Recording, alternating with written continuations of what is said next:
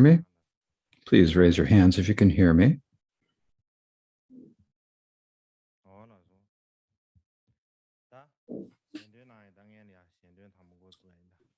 Now we will begin with the opening prayers.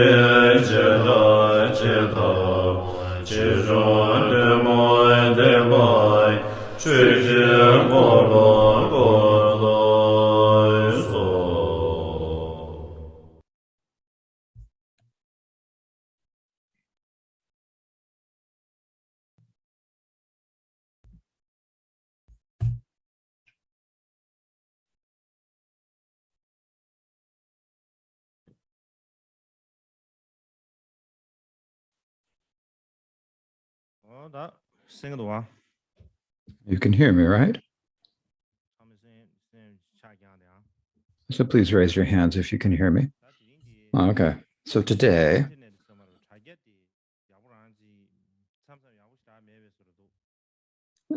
the internet is unstable, and it's because of the weather.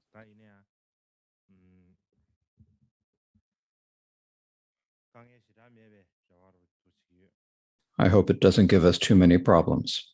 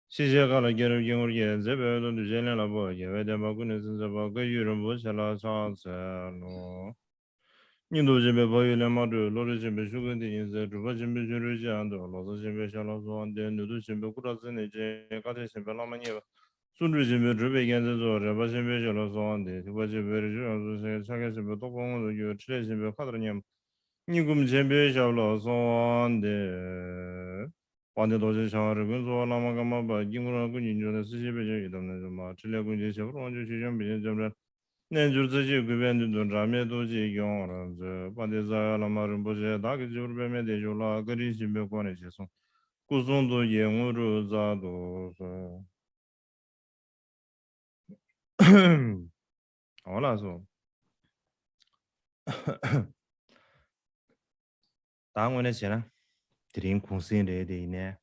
actually today was supposed to be a day off,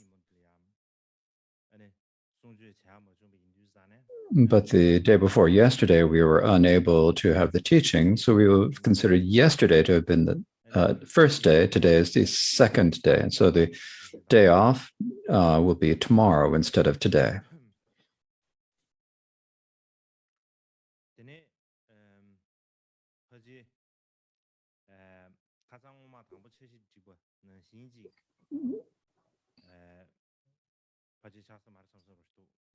Now I'm thinking that it seems it would be a little bit differently than we planned before. I think we will need to have 2 days of class and then 1 day of day off. So the reason is that there's so many historical documents and texts that I need to look, and I need to gather and research them and translate them into Tibetan. And so it's an awful lot of work. So I'm spending my all day long, even while I'm eating my meals. And so for that reason, so we'll have every third day will be a day off. So at first we began. So originally we planned to have 10 days of teachings, and on the 11th day to have a little puja. And so perhaps, and it's possible that we will need to extend the teaching. Now, normally, it's difficult to lengthen a teaching because everyone has to come to a new place, to a certain place, and everyone has already just made their plans to leave, and it's difficult. But now we're doing it over the internet. And so everyone can just stay comfortably at their own homes and listen.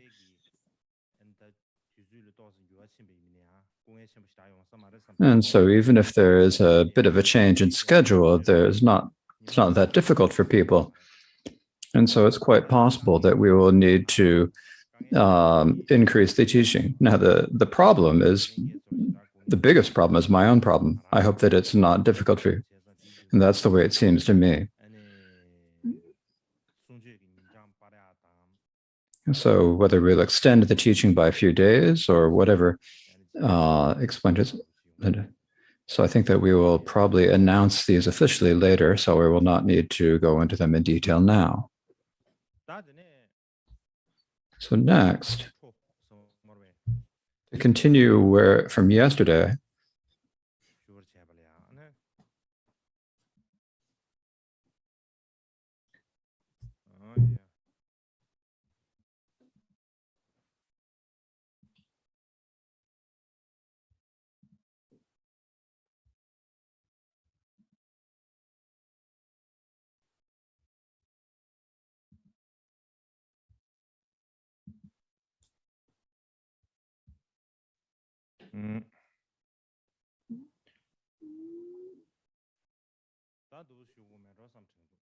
so I thought I'd speak about this first.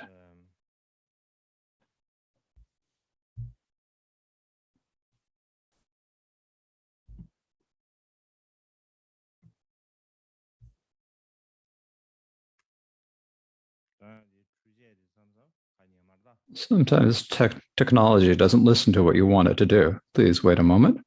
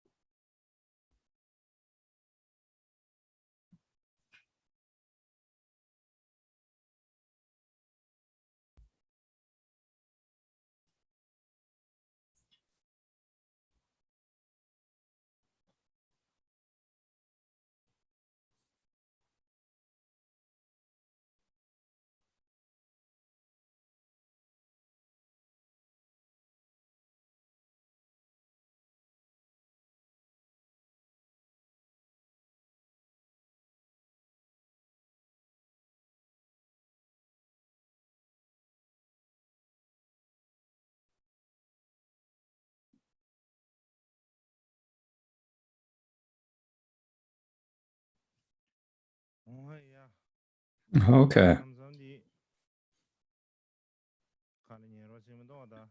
Sometimes it doesn't listen to you what you want it to do.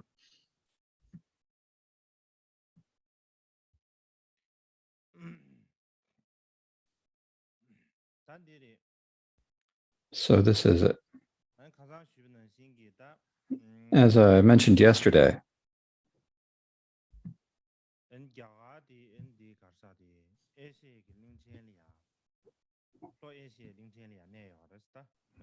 India is in South India.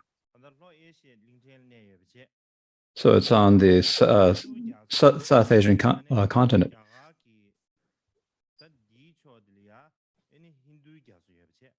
And so in the south, I don't know if you can see my mouth, but on this side we have the Indian Ocean, and then we have the Arabian Sea on the other side. So basically, the east, south, and west of India are surrounded by ocean. In the north, you have the Himalayan mountain range, and you also have the Hindu Kush mountain range, sort of surrounded by mountain passes. So it's like a natural fence on the northern border that's closing off the northern border. So if you think about it in terms of the geography,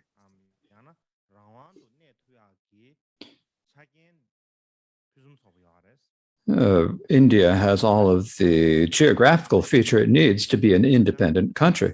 As all of you know, the Himalayas are among the highest mountains of the world. And they're extremely high mountains, and they're always covered with ice. And so for that reason, crossing the Himalayan range to make contact with the outside world is difficult. And if you think about the northeastern areas of India, there is the state of Assam, and then below that you have Burma. And so between the two of these, there are several deep gorges. And there are ways to go out through those paths. There are paths through there, but it's very difficult to go through. So going through the northeastern direction is difficult.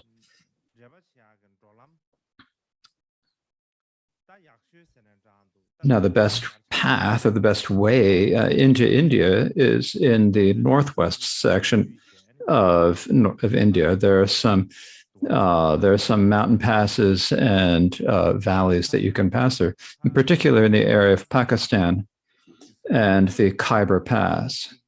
So there is a pass, and this is a very well-known pass.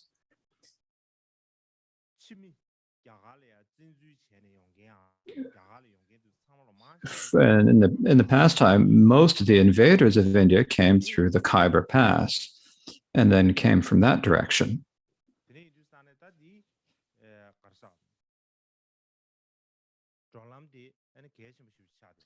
So that was a very important path of travel in terms of the ancient Indian history.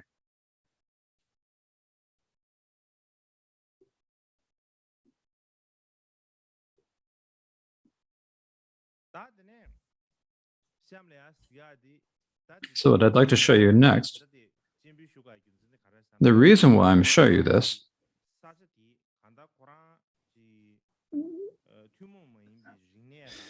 the area of India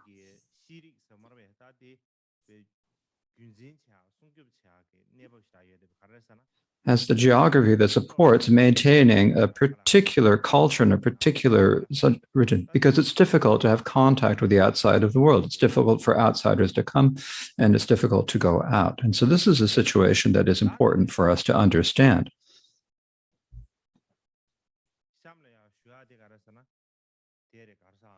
So the next thing I'd like to speak about is and talk about the Indus River. And the reason why we call it India or Hindustan is because of the name of the Indus River. And so that Indus River is called the Sindhu River in Sanskrit. And in Tibetan, it's called the Singay Kabap, or the flow from the lion's mouth. And it comes from Mount Kailash in Tibet. It flows from the western slopes of Mount Kailash. And so Tibet is up in the north, right? So when it comes from the highlands of Tibet, on flows down from the west directions and comes down into India.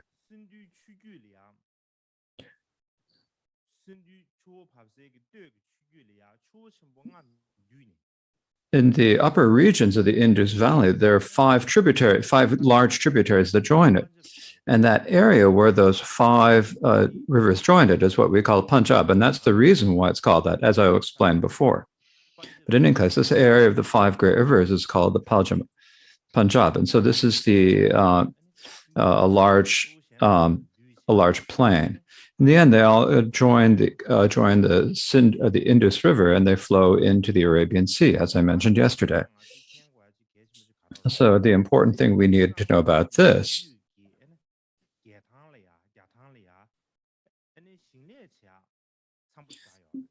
is that the Indus River Valley is a good region for agricultural work. It's an excellent region for agriculture.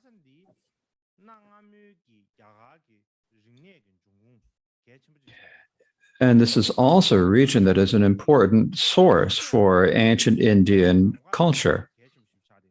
And it is also important for connection with the outside world. Because the reason is, as I just mentioned, is that most of the invaders have come through the northwest in the paths through the Khyber Pass and so forth. And they came through this region. It was difficult for them to come from any other direction. And so the region of Punjab is close to the Khyber Pass. And so it's an important travel route for connection with the outside world. And so when the foreigners invaded India, they would first come and seize the area of Punjab, and then they would continue eastward into the Ganges River Valley. The Ganges River Valley is, of course, an important area, so they would then also invade those areas. And the reason is that the Ganges River is the longest of all the rivers in India.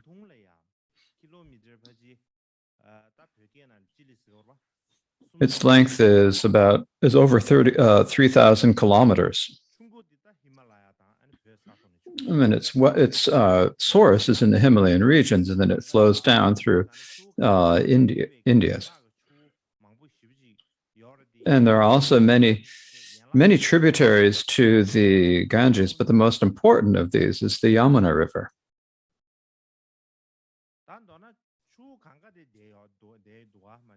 So the Ganges River is here. I don't know if you could see the mark I'm making. And then the largest tributary is the Yamuna. And so the place where these come together is like the most fertile region of India. It's the best area for agriculture. In the Yamuna, there's the Ganges and the Yamuna.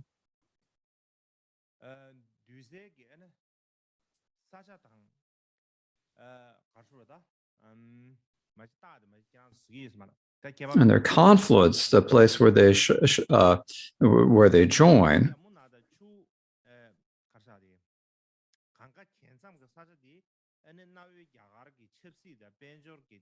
was the center of ancient Indian culture and politics and trade and so forth.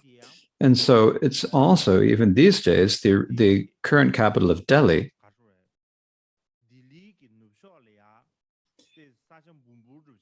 So to the west of Delhi, there are some highlands, and so that region, the highlands to the west of Delhi,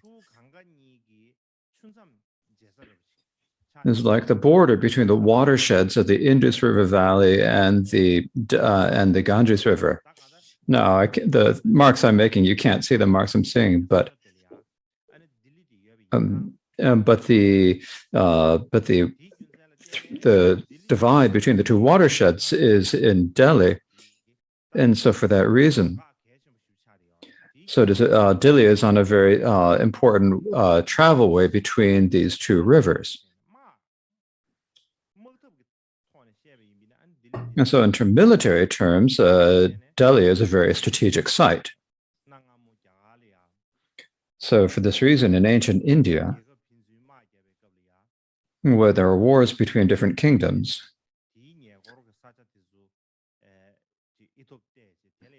they would see if they could take the Delhi and its surrounding regions, and this is a decisive area to fight over. Particularly in the 13th century, Delhi became the capital of India. It's like a hub from which they could take control over both the Indus River Valley and the Ganges Valley.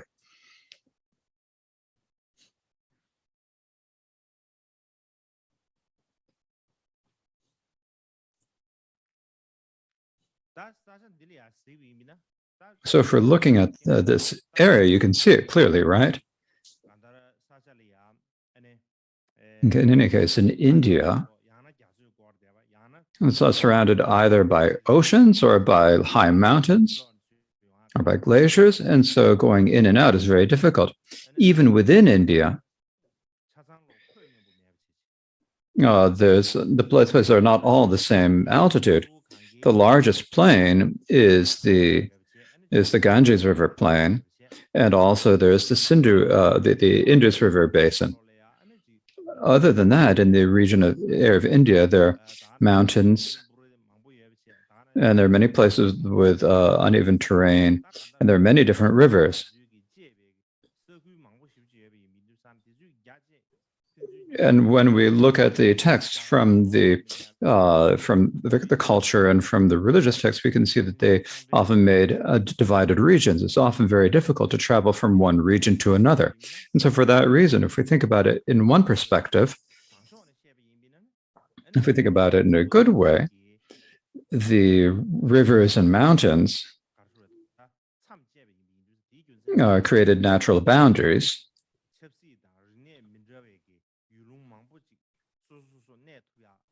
And so this allowed many different regions with different politics and different cultures to remain.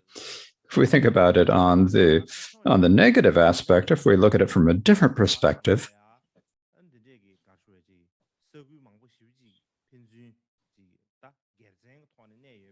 there are so many different regions that were living independently, and so they had many different peoples, very different types of languages.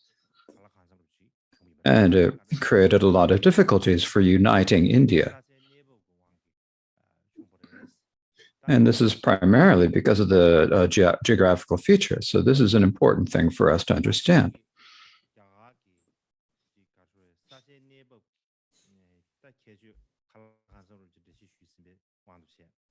And so that is a discussion of the geography of India. And so within this region of India,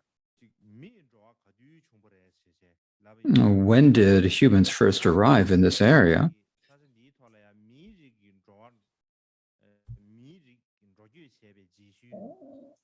The earliest, when we're looking for the traces of the oldest humans, the earliest signs are found in the sign from the Paleolithic Era period, the oldest Stone Age.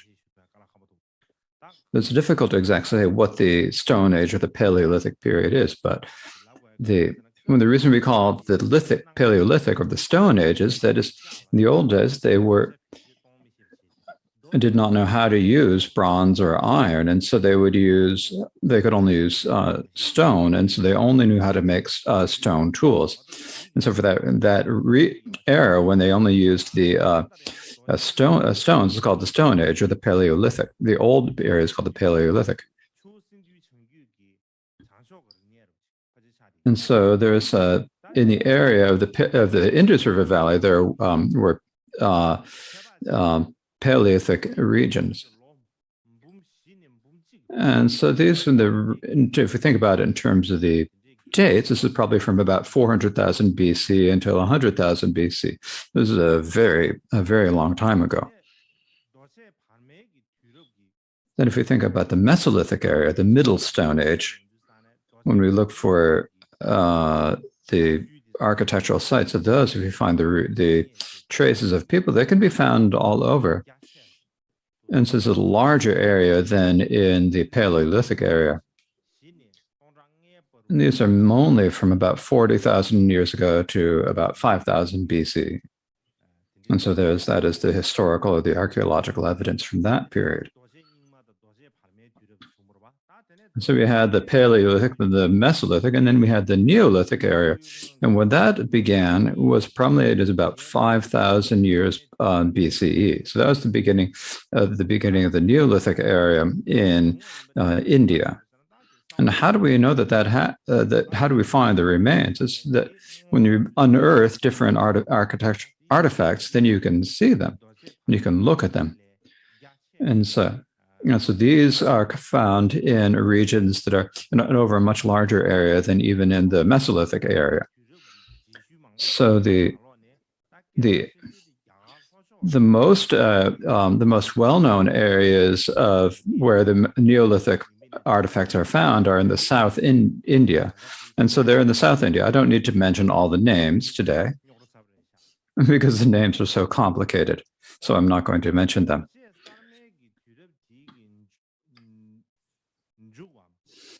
Now, at the end of the Neolithic era, or just at some period of time after that, what happened is that there was, at the end of that, they began practicing agriculture. Before that, they didn't know how to practice agriculture. So they learned how to plant crops and so forth. They began agriculture. So there's some sites where they began agricultural practices. However, at that time, they only had stone tools to use.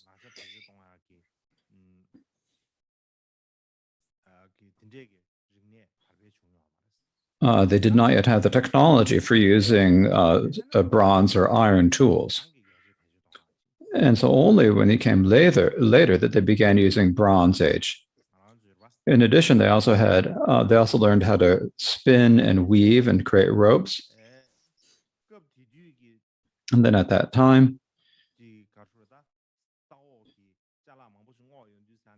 and when they've unearthed many different archaeological artifacts, they also found many different turquoise and gems from East Asia. So not only did they practice agriculture, they also engaged in trade. And so the time when this culture appeared, they can tell that this type of a culture appeared at that time. So what does this tell us? Is at first they only knew how to use the stone tools, and then as they appeared, and then they used both stone and bronze together, and there was a new culture as human knowledge increased, and so that shows that the knowledge increased at that time. So that age, when they used the stone and bronze together, and what the archaeologists call this, they call this the early Harappan civilization. Yesterday, I will describe that later. So this is called the early Indus Valley or early Harappan civilization.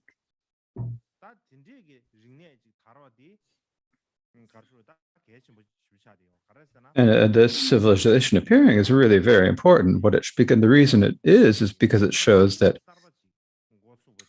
it is the beginning of a new period in a new chapter in the Indian history. So now after this, I'd like to yesterday I spoke about the 4 different periods of Indian history. I spoke about this yesterday, right? So when we talk about the periods, maybe it's okay to say that. Often use the term, in Tibetan, the word we use for period is the same as the word used for centuries. So perhaps we use a different word in Tibetan, the Jutsam in Tibetan. So this is a period in English. So if we talk about there are 4 different periods in Tibetan, in Indian history, whether you call them 4 periods or 4 eras. This is what I was speaking about yesterday. So in these 4 areas, that began in the first of these is the period of the Indus Valley civilization.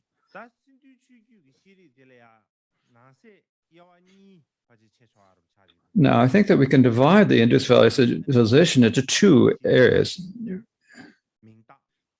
The first we call the Indus Valley civilization. The period at the time of this is from 3400 to 1800 BCE. And this is the time period of that. And following that, there was the post-Indus Valley civilization. That time is the time after the Indus Valley civilization had declined. It's just the culture of this civilization that happened at that time. So this is from the 18th century BC until the 16th century BC. And so the first of these is the Indus Valley civilization.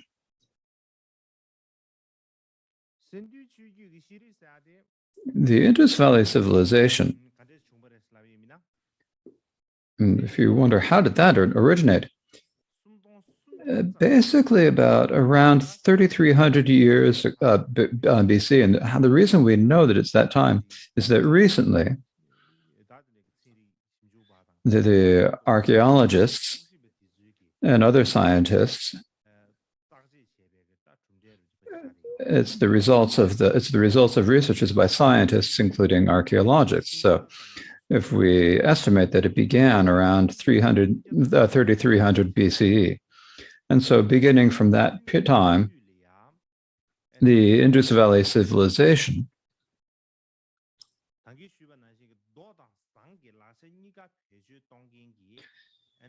used both the bronze and the stone tools together, and so this is like a new era in the history.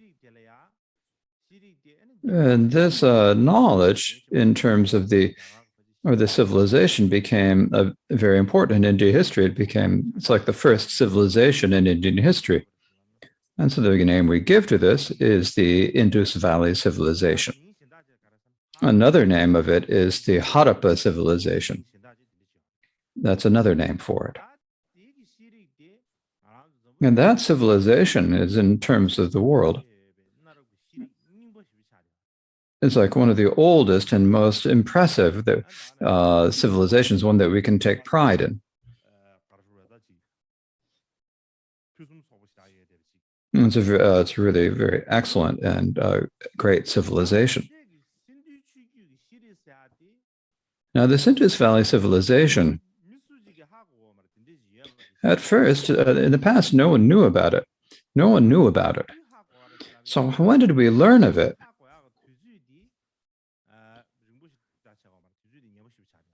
It wasn't a very long time ago that we first learned of it. We learned of it recently.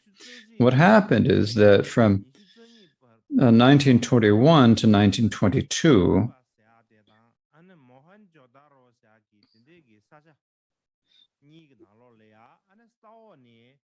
they excavated sites at Harappa and Mohenjo-Daro. They excavated all the remains from ancient times, and when they unearthed these, and because of that excavation, they realized that only then did they realize that there was an Indus Valley civilization. Before that time, no one knew that there had been such a civilization before these excavations. And so from that time on, so that time was when India was under British control. Later, after India and Pakistan achieved independence, the They have continued many different stages of research into the Indus Valley civilization. Now, in the past, they found it on two sites, the two sites of Harappa and Mohenjo-Daro. They couldn't find any other sites. But as they continued to search for sites, and they saw that the area that of the Indus Valley civilization was actually quite large, and so it actually went outside the river valleys, and it became and it covered a very large area. So here's the map, and as you can, and it shows very clearly how it is. It's the one with the yellow or with the tan spot on it. That tan spot, that tan area, is the area where the shows the extent of the Indus Valley civilization. It shows you the size. It represents the size of the greatest extent of the Indus Valley civilization.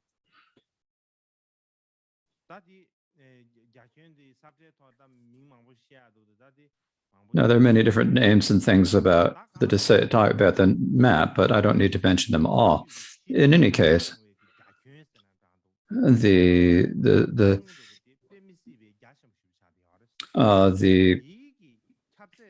Indus Valley civilization covered a very large area, and among all the ancient civilizations in the world, it is larger than the areas covered by the ancient Mesopotamia and ancient Egypt. Mesopotamia, ancient Egypt were very well-known civilizations. But the area covered by the Indus Valley civilization was larger than the area covered by both the ancient Egypt and Mesopotamia. And so for that reason, it's a very large area. And in many areas covered by this, there have been several hundred archaeological sites discovered. And among these, the ones that we need to take a pyramid one important point we have to understand is that there are 5 or 6 different areas where there are remains of ancient cities. Now, the largest of these is the one that I mentioned earlier, the city of Mohenjo-Daro. And if we kind of take estimates on it, we say it is an area that had about 30,000 inhabitants. And so for these reasons,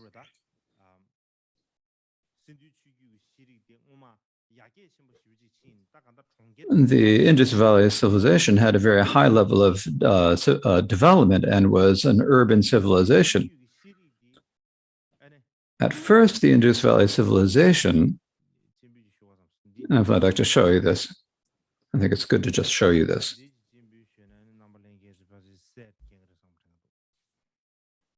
And I think if I show you this, it'll be more clear to you. As I said before, this is the archaeological site at Harappa, and now this one is the site of Mohenjo-Daro. I think the Tibetan is not good. Anyways, these are the ruins of Mohenjo-Daro.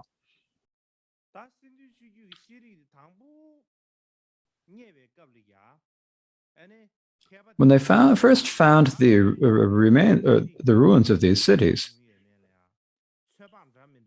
and they started to estimate the dates of the city, and there have been many different dates that scholars have proposed for this, but in recently they have been using carbon dating, and so using carbon dating techniques. And so we now have the technology for this one examining these. The results that come back is that the Indus Valley civilization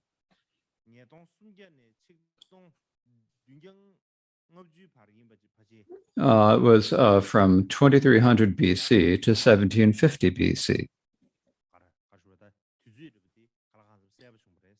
And so it's been been determined fairly clearly that this is the time period of this. But the civilization itself, the origin of this,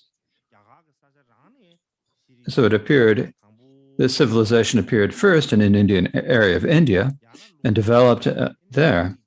Or was it someone bringing it from another region, bringing it to India, and then India developed? And so now there's research has different opinions on this. In the formerly, like a few decades ago, the scholars mainly thought that this civilization must have been brought from outside of India. And so that was their hypothesis at that time. But as they've gradually done more and more research, most scholars say that actually that this civilization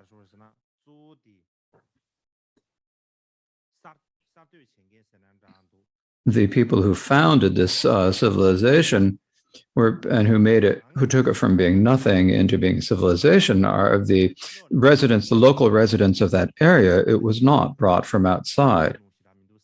And there's no source indicating that it was brought from outside, as the scholars say. Now, when you think, well, the people who were in this region, who do we mean?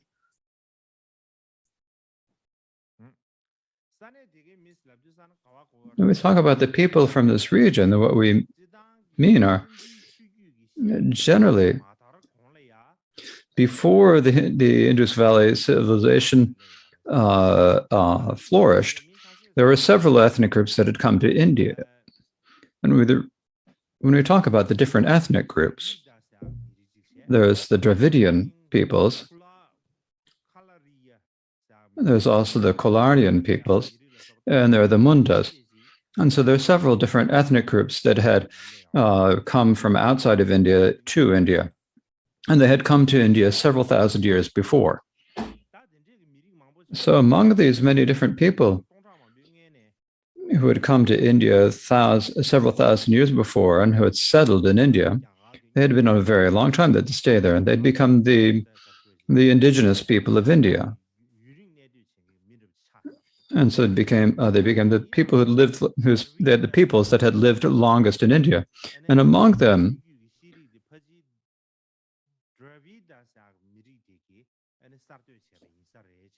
and so it is said that it's probably the Dravidian peoples who first developed the Indus Valley civilization. So that is the hypothesis. And also with the Indus Valley civilization, the most important particular feature of it is that it has the features of an urban civilization, as I can show you. This is what I'm showing you. There's the drawing, right?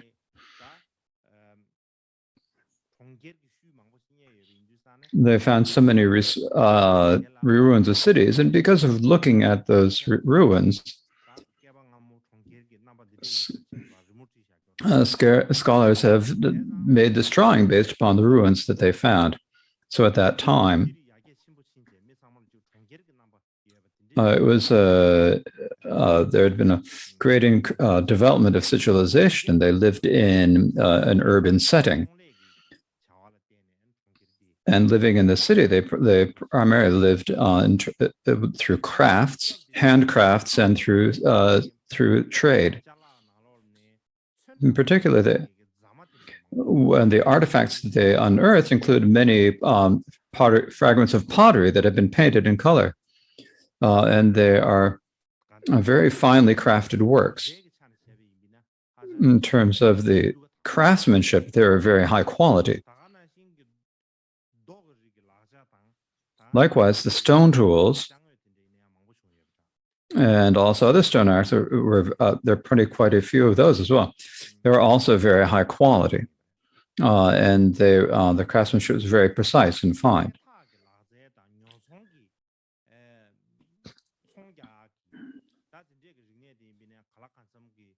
They also found it's clear that they had a lot of textile weaving and textile, as well as a lot of trade. So the next thing I'd like to show you, that's a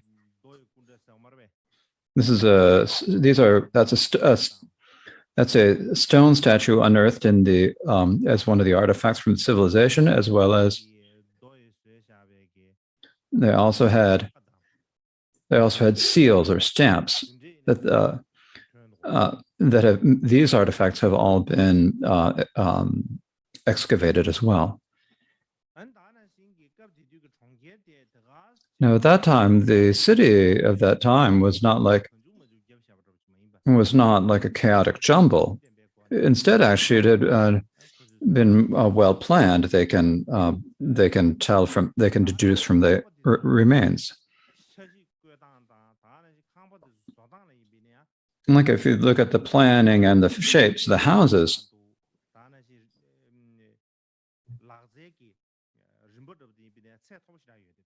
you could see that their level of technology was actually very high.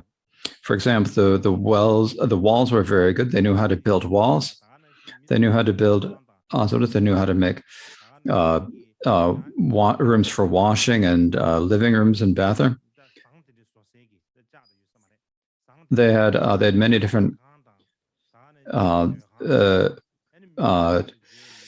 they had smithies where they worked with bronze and other houses and tombs and so forth. Now, in particular, they also covered many stamps, as I'm showing. They found several thousand of such stamps. Now, these stamps, on the top of all of them, they have both letters and drawings, right? If you can see here, like there is a picture of an ox or an elephant, and above that, what's written above it is probably some sort of writing. Not only did they have writing and letters, but they also found pottery fragments and also metalwork that had writing on it. But this is such an ancient form of writing.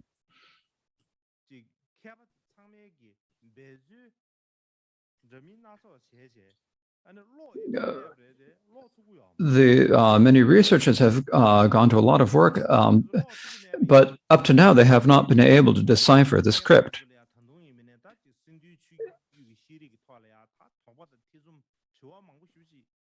And so because they cannot read this, they have many different questions about the Indus Valley civilization, but they cannot answer many of them. And the reason is that if we could understand their writing, we would be able to understand the situation, but we are unable to read their writing. So for that reason, we can only have hypotheses about who the people who initiated the civilization were, but we cannot actually really definitively decide who they are, who developed the civilization, who maintained the civilization. We cannot really answer that question decisively. And that's one point. Now, at the time that the Indus Valley civilization flourished, we can infer that there is that there's a great deal of religious worship of gods and so forth. And the reason is that they have excavated many artifacts that are related to religious worship. And so there are many such religious articles that have been unearthed. In particular, there are many of these seals, and many of the stone statues are probably related to religious worship. And so we can infer this from the evidence.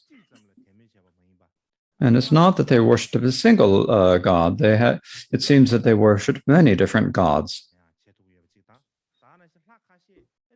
And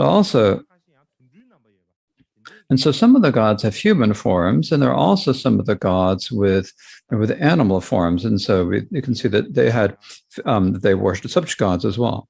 For example, in India, later there is Indra, who is considered very important in India. There is a god their drawings of a god who is very similar to in form to the god Indus in the artifacts from the Indus Valley civilization. And there are also many female figures among the religious artifacts from the Indus Valley civilization. And so for that reason, we have to see that they not only had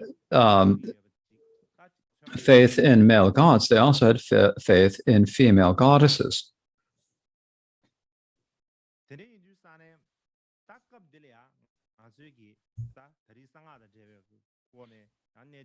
And so, and for the main important, this is an important part for us to understand in terms of the development of secret mantra. Now, as I mentioned, there is a scholar from Japan called Yuki Matsunaga, who's a very important scholar on the secret mantra. And his point is that this non-Aryan citizen had a great influence on later Indian culture. It's not this Indus Valley civilization is not an Aryan civilization, because it was after the Indus Valley civilization had disappeared that the Aryans first came to India. So the Indus Valley civilization is not an Aryan civilization. Now, it's unnecessary to mention that the Aryan peoples had a great influence on Indian civilization, but it's also, we can say that the Indus Valley civilization had a great influence on Indian civilization. And in particular, in the secret mantra Vajra, there are many features of the secret mantra that show the form, that exhibit forms and traces of the non-Aryan culture that have been incorporated into secret mantra Vajrayana, as this Japanese scholar had said. Now, if you want to say, well, what are these features of the non-Aryan situation? Well, these are things that we'll speak about later. And so I think we'll now leave it for here today, and then in a half an hour, we will continue with the teaching.